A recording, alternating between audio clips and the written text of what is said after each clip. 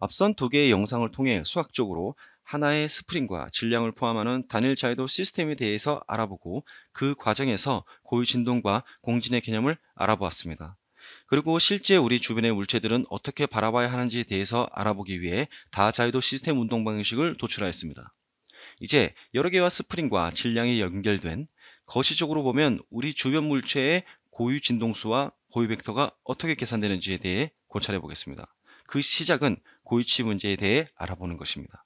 다자유도 시스템의 고유 진동수와 고유 벡터를 계산하는 것은 고유치 문제라는 것을 해결하는 행위입니다. 갑자기 뜬금없어 보이지만 잠시 후 우리의 운동 방정식이 이러한 형태가 되기 때문에 미리 알아보겠습니다. 매트릭스 A와 B가 있고 벡터나 행렬이 아닌 스칼라인 람다와 어떠한 벡터 V가 이처럼 있는데 이러한 관계를 만족시키는 람다와 V가 있을 경우 각각 아이젠밸류, 아이젠벡터라고 부릅니다. 그리고 이 식 자체를 아이젠밸류 프로블럼, 고유치 문제라고 부릅니다. 이때 행렬 A와 B는 대칭 행렬이어야 하고 행과 열의 수가 같은 정방 행렬이어야 합니다. 생각해보니 우리가 앞에서 구해놓은 스티프니스 매트릭스와 매스 매트릭스가 그러하네요. 이 문제를 풀면 우리는 고유 진동수와 고유 벡터를 한 방에 다 구할 수가 있습니다. 그럼 감쇄와 외력을 무시한 즉 자유진동 상태인 다자유도 시스템이 방금 소개한 고유치 문제와 어떤 연관이 있는지 알아보겠습니다. 앞서 1자유도 미분 방정식을 다룰 때처럼 다자유도 시스템 역시 지수 형태의 해를 고려합니다. 거의 비슷한데 이번엔 지수 앞에 파이라는 벡터가 붙어 있네요. 이걸 한 번, 두 번 미분한 뒤 원식에 대입하여 정리하면 앞서 소개한 고유치 문제랑 동일한 형태가 됩니다. 그럼 이 고유치 문제를 만족하는 오메가와 파이를 구하면 우리는 다자유도 시스템의 고유 진동수와 고유 벡터를 계산할 수 있습니다. 참고로 오메가 제곱을 아이젠밸류라고 하고 오메가를 고유 진동수라고 합니다. 우리가 다루는 이 시스템은 다자유도 시스템이므로 이 고유치 문제를 만족하는 고유 진동수와 고유 벡터는 자유도의 수만큼입니다. 그럼 이 고유치 문제를 풀어야 하는데 형태를 보시면 왼쪽 괄호 안에 두 행렬 K와 M은 차원이 같고 오메가는 그냥 숫자이니 이 괄호 자체가 하나의 행렬입니다. 따라서 고유치 문제는 어떠한 행렬과 벡터 파이를 곱한 것이 0벡터, 널이 되는 문제인 것입니다. 그런데 우리가 구하고자 하는 고유 벡터 파이가 0이 되어버리면 문제를 푸는 의미가 없어지니 고유 벡터 파이는 0이 아니어야 합니다. 그럼 두 개를 곱했을 때 0이 되는 조건을 왼쪽의 매트릭스가 가져야 합니다. 그 조건이라는 것이 듣다 보면 좀 황당한데 바로 매트릭스의 디터미넌트, 행렬식이 0이 되어야 한다는 것입니다. 저는 학생 때 고개를 끄덕이며 듣다가 이 설명을 듣는 순간 머리가 하얗게 되었습니다. 도대체 무슨 소리인지 전혀 이해를 못했기 때문입니다. 기본적인 선형대수학에 대한 개념이 없으면 이해할 수 없는 것이라 기초 개념부터 다져보겠습니다. 매트릭스는 그 자체가 변환입니다. 2차원에서 생각해 볼까요? 참고로 저는 2차원에서 설명드리지만 이러한 개념은 3차원, 4차원, 1000차원, 만차원으로 확장하여도 개념은 동일하다고 생각해야 합니다. 2차원은 기본적으로 x 그리고 y축과 일치하고 길이가 단위 길이인 기저 벡터가 2개, i와 j가 이미 있는 상태이죠. 모든 2차원 행렬은 이 기저 벡터를 기준으로 변환을 하는 것입니다. 첫 번째 칼럼은 기저 벡터 i가 도달하는 좌표이고 두 번째 칼럼은 기저 벡터 j가 도달하는 지점입니다. 그런데 그냥 이 벡터가 그 위치로 찾아가는 것이 아니라 이처럼 전체 공간 변형에 의해서 기저 벡터 i와 j가 변환 전의 좌표로 이동하는 것입니다. 이것이 바로 행렬의 의미이자 선형 변환이죠. 이러한 변환에 특정한 벡터를 곱해주면 학창시절 배운 연산 공식으로 또 다른 벡터를 얻을 수 있는데요. 이것의 의미는 변환된 각 기저 벡터를 각각 스케일링하여 더해준 것을 의미하죠. 결과는 동일합니다.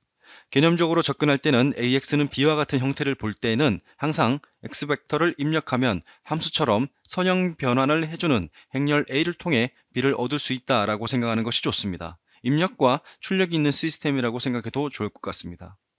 다시 행렬로 돌아가서 2차원 행렬에서의 디터미넌트, 행렬식이란 이와 같은 선형 변환 전과 변환 후의 면적 비율을 의미합니다. 변환 후 면적이 3배가 늘었으니 디터미넌트는 3입니다. 학교에서 배운 연산 방법에서도 결과는 같죠. 방금 했던 변환을 다시 취소하는 개념이 있는데 이를 역변환이라고 하고 그것을 가능하게 하는 행렬을 역행렬이라고 합니다. 역행렬이라고 해서 뭐 특이한 건 아니고 똑같은 행렬인데요. 역행렬의 개념은 변환한 걸 취소하는 행렬을 의미합니다. 이 문제에서 역행렬의 디터미넌트는 얼마일까요? 3분의 1이죠. 역변환되면서 면적이 3에서 1로 줄어들었으니까요. 그렇다면 변환 후에 면적이 0이 되는 상태도 있을 것인데요. 이 차원에서 디터미넌트가 0이라는 것의 의미는 변환 후의 면적이 0이 되는 상태이죠.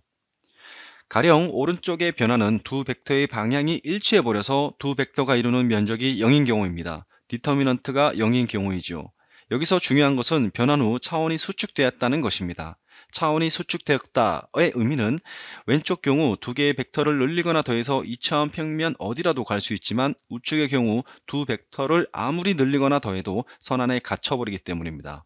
실제로 오른쪽 행렬에 어떠한 벡터를 곱해도 저 녹색 선을 벗어날 수 없습니다. 따라서 차원이 2차원에서 1차원으로 수축되었다고 할 수 있습니다. 좀 더 전문적인 용어로서 행렬에 의한 변환 후의 차원을 랭크라고 하는데 그러한 용어로 표현하면 왼쪽의 랭크는 2이고 우측의 랭크는 1입니다. 왼쪽처럼 각 벡터의 개수만큼 차원을 형성할 수 있는 경우 행렬의 벡터는 서로 선형 독립이다 라고 하고 우측처럼 벡터의 개수보다 변환 후 가지는 차원이 더 낮은 경우 각 벡터는 선형 종속이다 라고 합니다. 행렬의 선형 종속성을 확인하는 또 다른 방법은 행렬 내 특정 벡터를 나머지 벡터들의 조합으로 구할 수 있는지 확인해 보는 것입니다.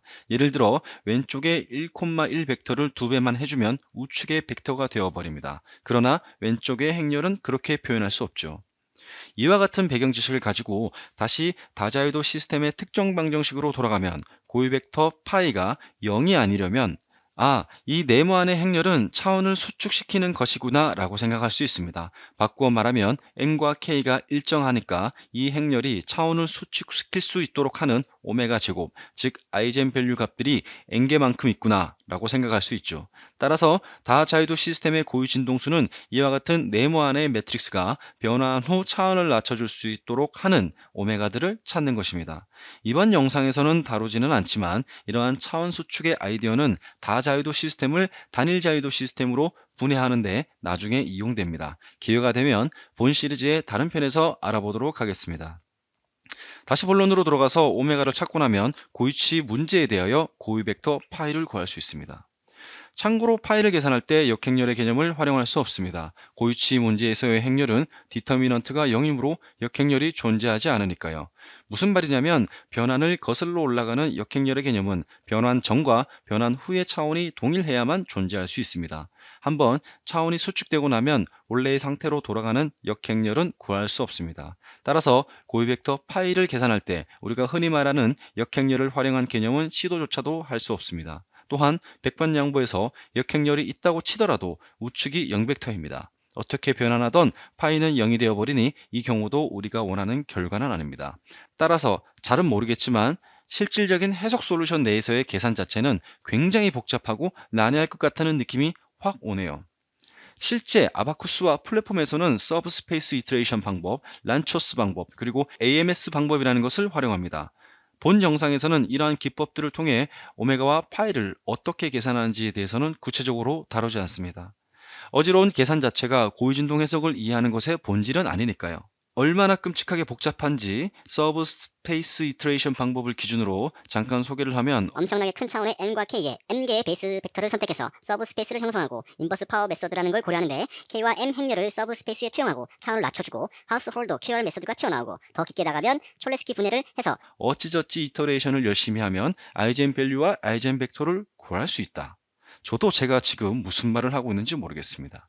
제가 생각하기에는 이런 계산은 알면 좋겠지만 더 중요한 것은 앞서 설명드린 단일 자유도에서 다자유도로의 확장, 공진, 고유 진동수와 고유 벡터의 개념, 그리고 그것을 설명할 수 있는 전반적인 흐름, 이러한 것들을 이해하는 것이 저는 훨씬 더 중요하다고 생각합니다.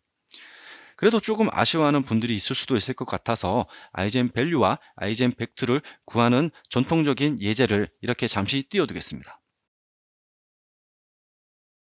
우리가 알아본 것들을 토대로 정리를 해보고자 합니다. 우리는 단일 자유도에서부터 다자유도 시스템까지 자유진동 상태에 있는 대상에 대한 고유 진동수 및 고유 벡터를 알아보았습니다.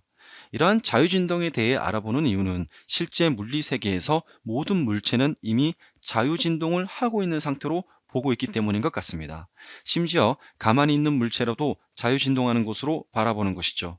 이 상태에서 외부의 하중 주파수가 물체가 가지고 있는 고유 진동수 중 하나라도 일치한다면 대응하는 고유 벡터와 일치하는 진동 패턴에 의해 이처럼 흰 알갱이들은 각각의 위치로 이동하는 것입니다. 사실 실제 물체는 무한개의 고유 진동수와 고유 벡터를 가지지만 실제 해석에서 이선화하여 계산할 경우 n개의 고유 진동수와 고유 벡터를 구할 수 있습니다. 3D 익스피리언스 플랫폼이 제공하는 스트럭처럴 메카닉스 엔지니어로 해석을 하고 나면 이와 같은 결과를 확인할 수 있는데요. 사용자가 원하는 숫자만큼의 고유 진동수와 벡터를 계산하여 출력해 줍니다. 만일 20개를 입력하면 20개의 고유 진동수와 대응하는 고유 벡터를 출력합니다. 그리고 고유 진동수 중에 가장 낮은 값부터 높은 값 순으로 결과를 나열해 줍니다. 이 결과를 통해 엔지니어는 어떠한 주파수에서 이 구조물이 취약할지, 그리고 그때의 진동 패턴은 어떠한 형태를 띠는지 확인할 수 있습니다. 사용자가 원하는 모드만큼만 n개의 고유 진동수가 있을 텐데 왜 훨씬 적은 개수만 조사를 할까요? 그 이유는 물리적으로 의미 있는 고유 진동수는 저차 모드, 즉 고유 진동수가 낮은 쪽 방향에 거의 다 쏠려 있기 때문입니다. 고유 벡터에 의한 모드 형상을 살펴보면 저차 모드가 상식적으로 봐도 물리적으로 고차 모드보다 발생하기 쉬울 것 같은 진동의 패턴을 보입니다. 따라서 고유 진동 해석에서는 저차 모드의 결과들이 훨씬 더 중요합니다. 몇 개의 모드까지 살펴봐야 할지는 엔지니어가 다루는 문제에 따라 달라집니다. 한편 Normalized Displacement로 표현되는 고유 벡터 결과는 진동의 패턴만 중요하므로 상대적인 차이만을 나타내면 됩니다. 따라서 최대값이 1인 결과들로 Normalized 되어 표현됩니다. 그리고 누군가 이런 질문을 할 수도 있을 것 같습니다. 다이렉트 인테그레이션 방법인 임플리시트, 익스플리시트 다이나믹 해석을 하면 되는데 왜 굳이 고유 진동 해석을 하지? 해당 외력 주파수를 여러 개 가하고 다이렉트 메소드로 시계열 해석을 해서 응답을 살펴봐도 되지 않는가? 라고 말이죠. 그럴 수도 있을 것 같습니다. 그런데 이러한 주장은 포크레인을 놔두고 커피 스푼으로 배수로 공사를 하자는 말이랑 똑같습니다. 만일 운동 방정식의 질량 감쇄, 강성을 대표하는 MCK가 일정하다면, 다른 말로 시스템이 선형이라면 무조건 고유 진동수 해석을 해야 합니다. 왜냐하면 결과는 똑같으면서도 100만 분, 아니 1000만 분의 1의 노력만 기울이면 되기 때문이죠. 고유진동 해석 결과물의 가치는 어떠한 구조물의 응답 특성을 파악하는 데 그치지 않고 실제 구조물의 동적 응답을 계산하는 3D 익스피리언스 플랫폼이 제공하는 리니어 다이나믹 또는 모달 다이나믹이라고 불리는 해석으로 확장될 수 있습니다. 앞서 말씀드렸던 포크레인을 활용하는 방법들이죠. 기회가 된다면 각각의 해석에 대해서도 다루어 보도록 하겠습니다. 정말 많이 들어보았지만 잘 이해되지 않았던 고유진동 해석에 대해 3편에 걸쳐 부족하나마 다루어 보았습니다.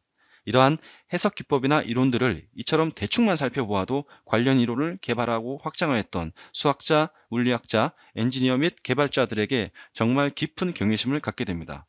3D 익스피리언스 플랫폼을 활용하면 이러한 복잡한 내용들을 완벽하게 내장하고 있는 강력한 해석로를 통해 고유진동 해석뿐만 아니라 진동과 관련된 해석들을 매우 효율적으로 수행할 수 있습니다.